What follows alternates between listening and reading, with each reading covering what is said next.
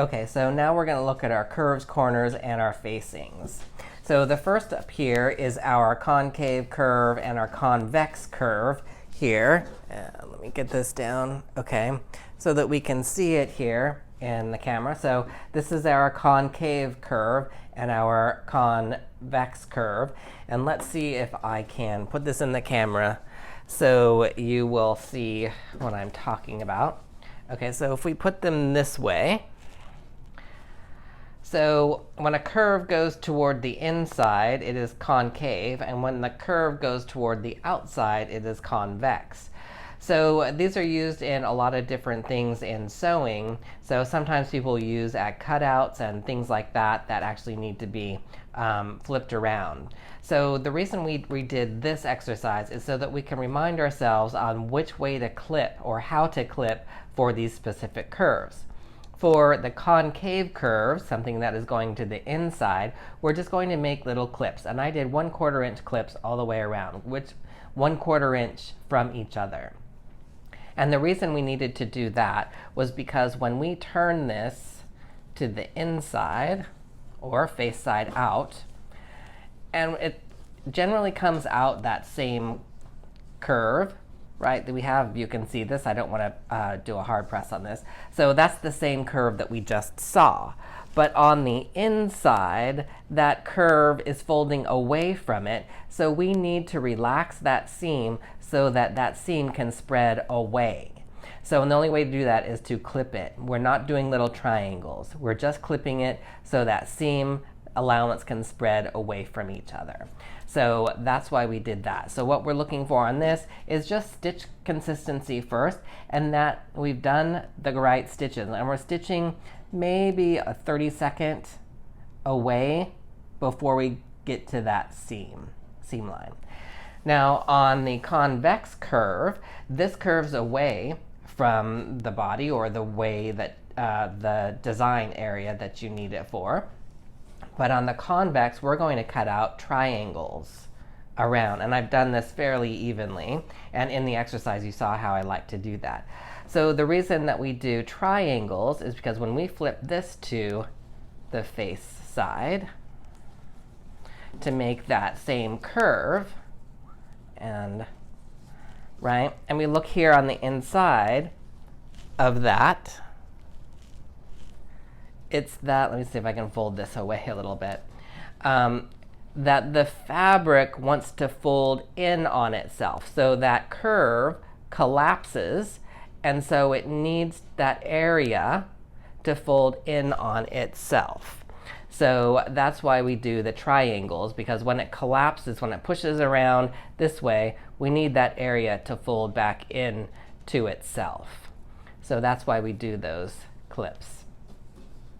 So again, the only thing we really need to look is stitch consistency and that we're getting the good triangles in the appropriate spots depending on how tight your curve is. And I did them probably about 1.5 inches away from each other. We might need more clips in here if it were a tighter curve.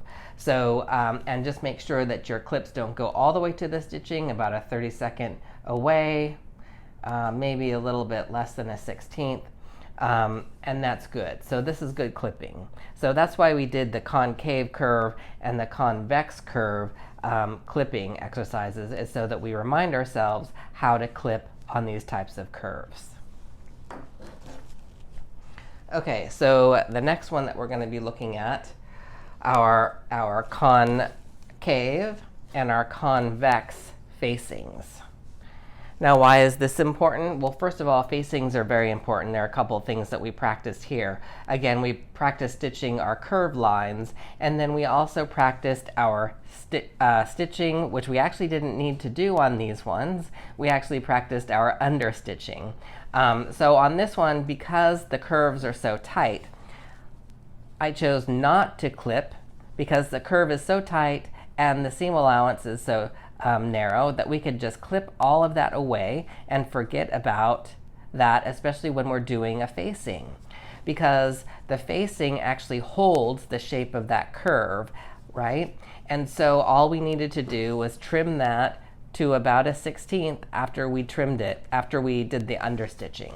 So a facing is used for stability and for structure and to clean finish an edge.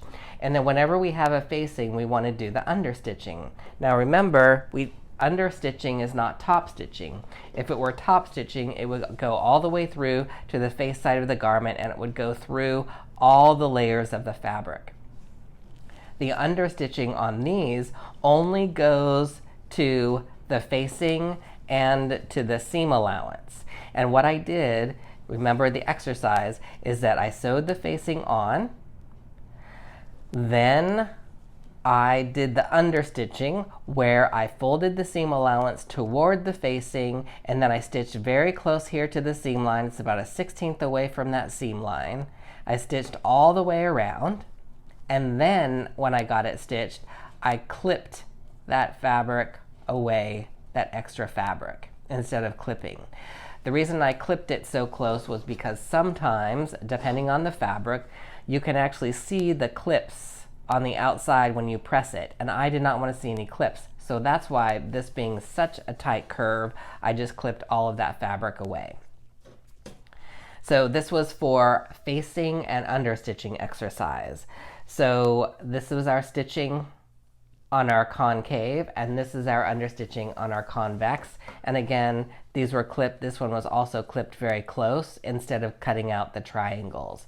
But understand, you need to understand the facings, how facings work, and that you will need to understitch and practice those curves. And we'll be doing more understitching later on as well. So these are great samples. The stitch quality is great. The seam itself is great. If you have your facings looking like this, you're looking really good. Okay, so now let's look at the square or corner facing with understitching. And just like the other facings, I have one clip here that's just for this corner when we pivoted, right? So we have the top stitching here, which is not top stitching. It's understitching, but it is on top of the facing, and it's only on the top of the facing. If you see stitching on the outside here, then it's complete top stitching because it will also go all the way through to the other side. So this is understitching, which we sewed the seam, then we lifted the presser foot, we clipped our corner, and then we pivoted and continued that stitch line. Then we came back and we pushed the seam allowance toward the facing like this, and then we stitched up about 1/8 of an inch away, and look where I clipped. Okay, I don't need to go past here on this part. I do not need to go past my seam allowance here, because then I would just be stitching right on that facing, and that will cause bulk. If I stitch all the way here and then I pivot and then I continue to go down there, this stitching under here, if I did that, it would cause bulk, and we would actually see that stitching on the outside here at the corner point, and we don't want to see that. So that's why I have two different lines of understitching here, going from one end to the corner point, and there's no stitching here at the corner. If I saw stitching here at the corner, I would circle that and I would tell you to do it over again, because that's not what I'm looking for. All right, and that's how you make a really good corner. And you're looking for a stitch consistency, and of course the actual seam line stitch consistency as well, and also the cleanliness underneath here at the clipping. So this is a great sample, your square facing with understitching.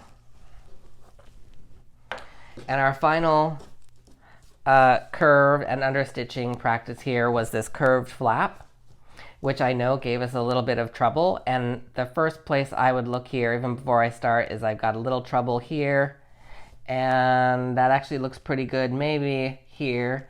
The idea of this is that we actually have the under flap here, and I have it pinned together with straight pins because I didn't want it to fold away, is that we don't want to see the under flap rolling to the face side. So this gave us a little bit of trouble because we had to actually pull right? The under flap to fit inside the outer flap or the top flap. And then we came in here and we understitched that seam allowance all the way around, right? And we could have tried to get a little bit closer. I know I used that narrow foot, which would have gotten us a little bit closer, but this line actually looks pretty good. And if I would have done it with matching thread, you probably wouldn't even see it. But this is a really great shaped curve. The curve is really consistent, and that's what the smaller underflap is doing for you. You're actually stretching that to fit onto the outer flap or the top flap, and then you're actually doing the understitching around the underflap to that seam allowance to actually hold that shape, right? And then on the outside, we've got really great curves here, and you don't even see the impression of the seam allowance on the outside. So this is a really nice sample. And I'm just going to put these pins back in just to hold everything up because I'm not stitching across there. And the reason I didn't stitch across the top of the flap was so that I could get onto the inside to see the inside to remind myself how I did that. All right, so there are our curves, facings, and our flaps. If everything is looking like this so far, you're doing really great.